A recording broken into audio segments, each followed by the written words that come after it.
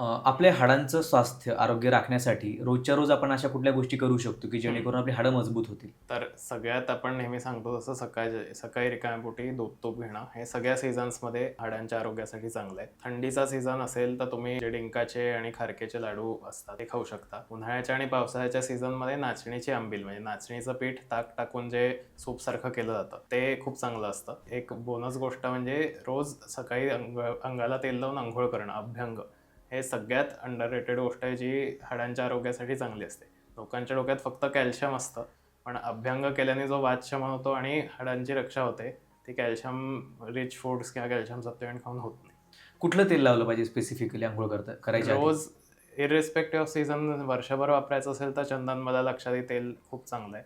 त्याने स्किनला पण खूप फायदा होतो आणि हाडांनाही खूप फायदा होतो. अंघोळीच्या आधी 1 तास पूर्ण शरीराला मॉलिश करून गरम पाण्याने अंघोळ करणं, असं करायचं.